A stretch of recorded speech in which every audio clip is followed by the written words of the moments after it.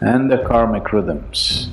These things need to be worked at, otherwise you will be just a repetition of the past. The easiest way or the simplest way to break the rhythms which are compulsive within you is, these are simplest tools, may be drastic, but if you don't want to waste time in your life, that's the way to go, to just get up in the morning and do.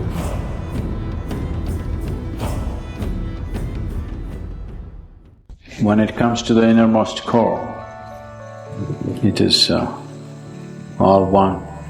When it comes to the body, when it comes to the mind, when it comes to your emotions and the world around you and your activity, the whole significance of life, the beauty of life and the efficacy of life is in just finding the right rhythm. What is your rhythm? If you watch yourself a little more closely, you will see there is a psychological rhythm which need not necessarily match with the needs and compulsions which drive you on a daily basis. If you watch with little more sensitivity, you would notice an emotional rhythm which is of a completely different nature than your psychological rhythm. If you watch much more keenly, you may notice a certain chemical rhythm which could be more connected to our emotional cycles than anything else. If you watch with much more awareness, you may notice a certain energy rhythm which will not have anything to do with any of these things, but it causes everything else. But if you look deep enough, there is no rhythm, it's utter stillness. There is nothing to do about one stillness, just to take a dip is all you can do. But all the other realms need to be worked at. Your energies, your chemistry, your emotion, your thought, your body, your desire, and the karmic rhythms. These things need to be worked at, otherwise you will be just a repetition of the past. If you get into a certain rhythm which is compulsive within you, you will be just a repetition of the past over and over again. Nothing new will ever touch you. So to find the rhythm and consciously to change the rhythm, to make the rhythm more profound, more complex or more simple, above all, to be able to consciously change the rhythm, not to be like a broken record, that you go on singing the same rhythm all the time, all the time, all the time. At the age of 60, somebody comes to me yesterday and says, my husband is not paying enough attention to me. I said, you must be glad. You had these prayer problems when you were 18. Not good, but understandable.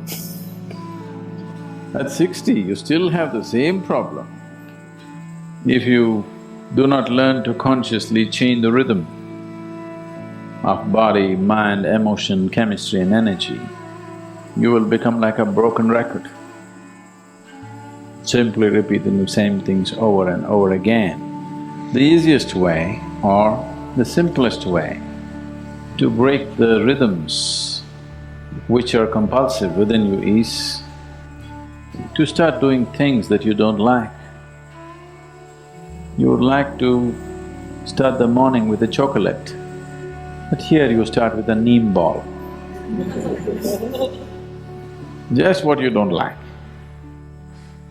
If you want to break your emotional rhythms, the simplest thing is to look for somebody that you cannot stand and to work with them.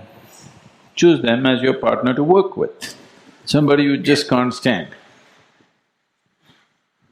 These are simplest tools, maybe drastic, but if you don't want to waste time in your life, that's the way to go. To just get up in the morning and do what you don't like. And after some time, you will see your likes and dislikes are essentially your making. They are not some God-given laws as to what you should like and what you should dislike. It's got nothing to do with the object of your like or the object of your dislike. It is just your compulsiveness which draws you to certain things and repels you from certain other things.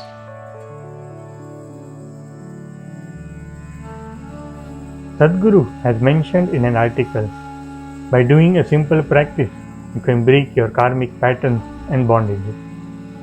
I like this and I don't like this. This one division is the basis of all the bondages. You are who you are is determined only by your likes and dislikes. It is your likes and dislikes that determine your personality and make you what you are. So how to drop your likes and dislikes? From tomorrow morning, select one of your likes and one of your dislikes. And consciously over the month, try dropping both of this. And repeat this process for the next month with another like and dislike. And drop them also consciously. Keep doing this process every month. Your likes and dislikes are basically the falsehood that you have created. Stop clinging to them and your personality will vanish.